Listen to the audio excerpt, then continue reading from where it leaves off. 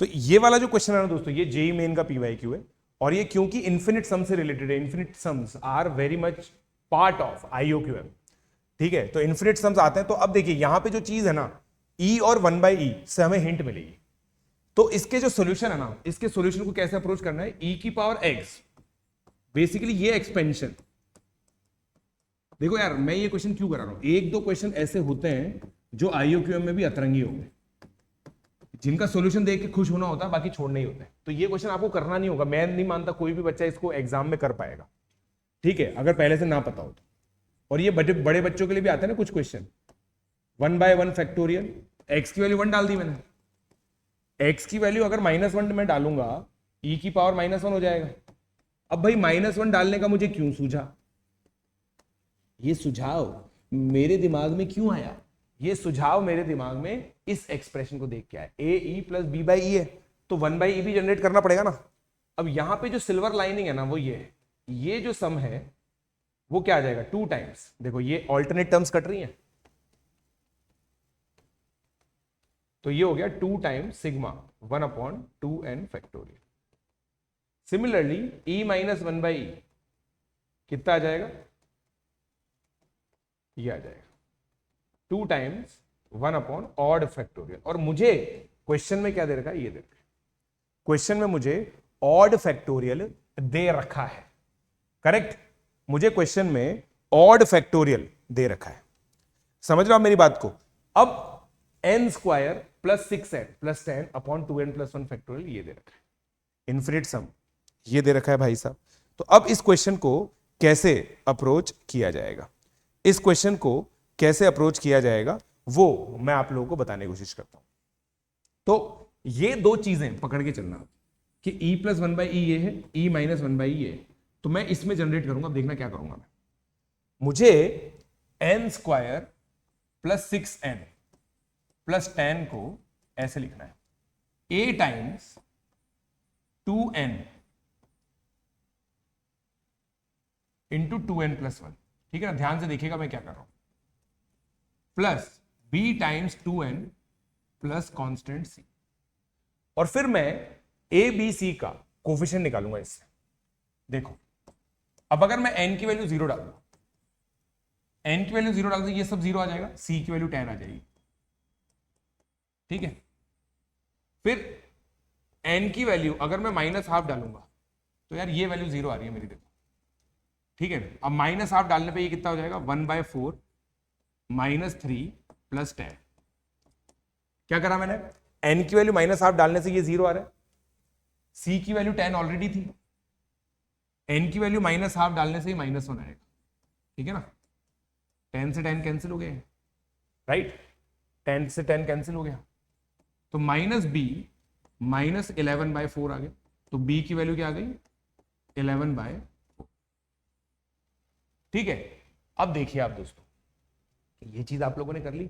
अब n की value simply 1 डाल दो, कोई वांदा नहीं है, n की वैल्यू 1 डाल दो, या n की वैल्यू 2 डाल दो, मैं तो कह रहा हूं n की वैल्यू 2 डाल दो, n की वैल्यू 2 डालते यहां पे क्या आएगा 4 प्लस 10 14 14 प्लस 12 26, क्या होगा इससे अभी पता चलेगा।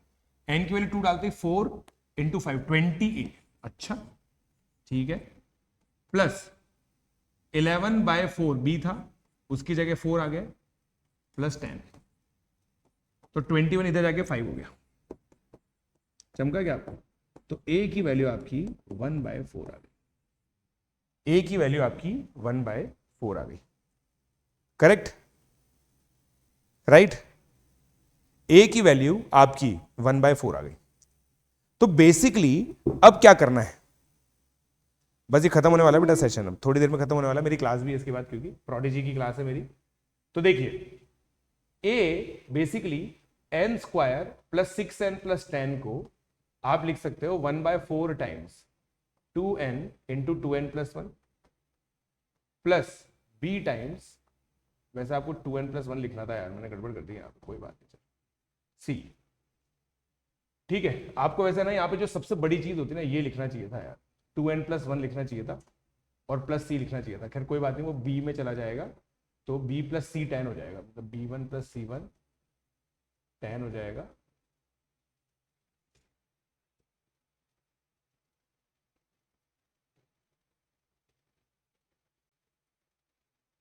ये गड़बड़ हो जाएगी दोस्तों, इससे आंसर निकलेगा नहीं आपका। आपको है ना ये थोड़ा सा गड़बड़ कर दिया मैंने इसमें, ये पार्शियल फ्रैक्शन बोलते हैं इसको। आपको है ना यहाँ पे 2n+1 लेना पड़ेगा। इससे क्या बेनिफिट होगा मैं आपको समझाऊंगा, पहले इसका बेनिफिट समझना। फिर ये है ना, ये इस तरह की चीज है कि पहले इसकी अरिथमेटिक समझ में आती है, फिर जब इसका सोल्यूशन ये किस तरह से सॉल्व हो रहा है, फिर आपको ये चमकेगा कि अच्छा सर ने ऐसा क्यों किया था। तो है ना, इसको थोड़ा सा एबीसी को फिर से निकालना पड़ेगा यार। एन की वैल्यू देखो, अब एन की वैल्यू -12 डालने से 0 आएगा, ठीक है।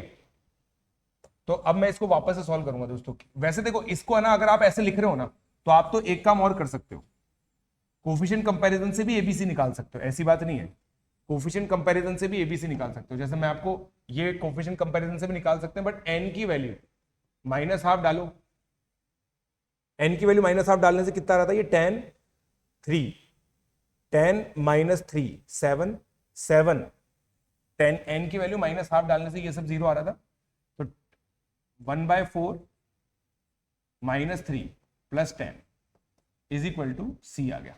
तो C की वैल्यू कितनी आई बेटा, 10 - 11/4 दैट इज 29/4, ठीक है। अब n की वैल्यू बेटा 0 डालो। n की वैल्यू 0 डालने से आपका 10 = B, और C की वैल्यू आपकी 29/4 है, तो B की वैल्यू 11/4 आ गई। अब इसमें ना A निकालना सबसे इजी होता है, क्योंकि A तो क्या है, n² का कोफिशिएंट है। तो A के लिए आप क्या करेंगे, 1, इधर n² का कोफिशिएंट है, कोफिशिएंट ऑफ n² निकालोगे ना, इधर 1 है, इधर कितना आएगा 4A, तो A की वैल्यू तो अभी भी 1/4 ही आ रही है, ठीक है। अब इसको सॉल्व करते हैं अपन, ठीक है। तो बेसिकली n² + 6n + 10 आपने क्या लिख दिया, 1/4 times plus b times, b कितना है 11/4 टाइम्स 2n+1 + 29/4, करेक्ट है ना। आई होप आप लोगों को क्लियर हो गए, ठीक है। अब देखो, अब जादू होगा कि अच्छा इससे क्या फायदा हुआ। अब देखना भाई, आपको ये निकालना था ना, आपको ये निकालना था, याद कीजिए आप, ये निकालना था आपको। अब मैंने n² को ये लिख दिया है, ठीक है ना, n² को मैंने ये लिख दिया, तो मेरी जो सम है ना, देखो n 1 से इन्फिनिटी था, मेरी जो सम है वो क्या आ चुकी है अब, 2n+1 × 2n upon 2n+1 factorial by 4, ठीक है, plus 2n+1 by 4 × 2n+1 factorial plus 29/4 × 2n+1 factorial, ठीक है, ये आ गया। अब इससे बेनिफिट क्या हो गया, 1/4, 2n+1 2n कैंसिल हो गया, देखो ये कितना आ गया 1/2n - 1 फैक्टोरियल, वाह वाह वाह वाह वाह, nth टर्म मैंने सिंप्लीफाई कर दिया, 1/4 × 2n factorial plus 29/4 × 2n+1 factorial, ठीक है। अब ऐसा करने से क्या फायदा होगा, यहां तक मैंने क्या बोला, पहले आपको इसकी अरिथमेटिक समझ में आएगी। मैंने आपको क्या बोला, पहले आपको इसकी अरिथमेटिक समझ में आएगी, और फिर अरिथमेटिक समझने के बाद आप लोगों को इसकी मैथमेटिक्स समझ में आएगी। अरिथमेटिक क्या होती है, कैलकुलेशन समझ में आ रही नहीं आ रही, ये कैलकुलेशन है कि भाई इस पॉलिनोमियल को ऐसे लिख सकते हैं क्या, हाँ सर लिख सकते हैं। फिर ये अनडिटरमाइंड कोफिशिएंट्स है सर, इन कोफिशिएंट्स को निकाल सकते हैं क्या, जी हाँ निकाल सकते हैं। दो तरीके हैं, पहला तरीका क्या है, एन की कुछ कुछ वैल्यू डाल डाल के देख लो, जिससे ये 0 हो ये 0 हो, तो मैंने निकाल दिया। अपने हिसाब से भी निकाल सकते हैं, अपना हिसाब क्या है, कोफिशिएंट कंपेयर करके, जैसे मैंने ए को कोफिशिएंट कंपेयर करके निकाला, हो गया भाई सब काम, ठीक है। ये सारा काम हो गया, यहां तक पहुंच गया। सर अब ये होगा कैसे, आपने तो nth टर्म लिखी है, अब देखो, अब जादू, अब जादू देखिए, इसके 3 एस्पेक्ट हैं। अब ये 3 लिखा होता ना, ये देखिए, ये आ गया एक तो, ठीक है। अब मैं लिखते जाइएगा, ये 1 है, ये 2 है, ये 1/4 कैसा है, 11/4 आना चाहिए ना, 11/4 था ना, हाँ 11/4 था, 11/4 है यहाँ पे, ठीक है। ये 11/4 चल रहा था, कोई बात नहीं, 11/4 चल रहा है यहाँ पे, ठीक है ना। 11/4 यहाँ पे चल रहा था, 11/4 लगातार चल रहा था ना, क्योंकि b की वैल्यू बेटा 11/4 थी है ना, 11/4 ले लेंगे अपन यहाँ पे, ठीक है। अब दूसरा क्या है, 11/4 1/2n फैक्टोरियल, ये है n की वैल्यू 1 से इंफिनिटी। और तीसरा सम क्या है 29/4 1/2n + 1 फैक्टोरियल। अब देखो समझो लिखो इसको, ये क्या है 1/4 1, यही है ना, देखते जाइएगा भैया, ये तो e + 1/e है या e - 1/e है, e - 1/e है ना, और बाई 2 भी करना पड़ेगा, बाई 2 भी करना पड़ेगा। भाई ये क्या था, ये क्या था, अभी अभी देखो मैं लिख देता हूं यहां पर, है ना, ये 1/4 इंटू e - 1/e/2 हो गया, ठीक है। अब इसको लिखो 11/4 1/2 factorial plus 1/4 factorial dot dot dot dot dot. अब ये देखो ये क्या है 1 + 1/this, ये जो थे ना sigma 2n factorial, e + 1/e था, बट इसमें 1 भी था ना, तो इसको तुम ध्यान से देखो क्या लिखे गए, इसको हम लिखेंगे 11/4 इंटू e + 1/e/2 तो था ही, e + 1/e/2 तो था ही, वो किसकी वैल्यू है 1 होता तो -1 कर दो, और क्या बस।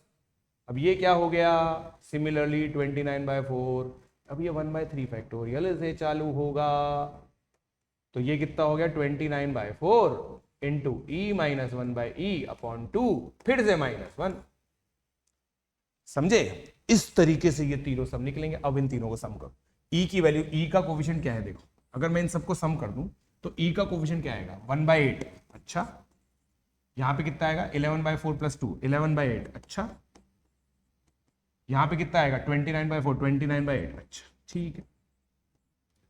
1/e का कोफिशिएंट कितना आएगा, 1/e का कोफिशिएंट यहां से कितना आया -1/8, अच्छा ओके, -1/8, यहां से कितना आया 11/8, ठीक है, यहां से कितना आएगा -29/8, ओके ओके।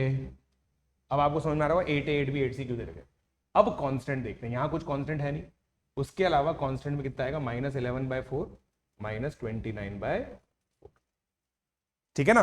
अब देखो ये कितना हो गया 41e/8 plus sorry -30 -19e/8 -10, 41e/8 -19e/8 -10, ये आप लोगों का आंसर आ गया, समझ में आई बात, ये आप लोगों का फाइनल आंसर।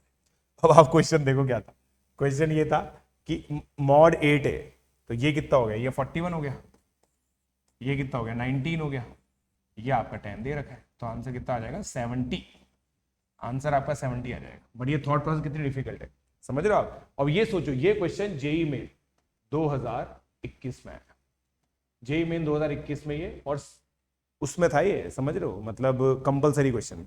तो ये एक टाइपोलॉजी है जो जेई मेन में आ चुकी है, तो आईओक्यू में आराम से आ सकती है। और इसमें जो थॉट प्रोसेस हमने समझी ना, ये बहुत इंपॉर्टेंट होती है, इस तरीके से ऐसे करना। तो इसकी चेक पॉइंटिंग क्या है भाई, e की पावर x का एक्सपेंशन आता है, फिर इस तरीके से लिखो, फिर इस समेशन को तोड़ो इस तरीके से, और फिर फाइनली आंसर निकालो। आंसर ये आ गया।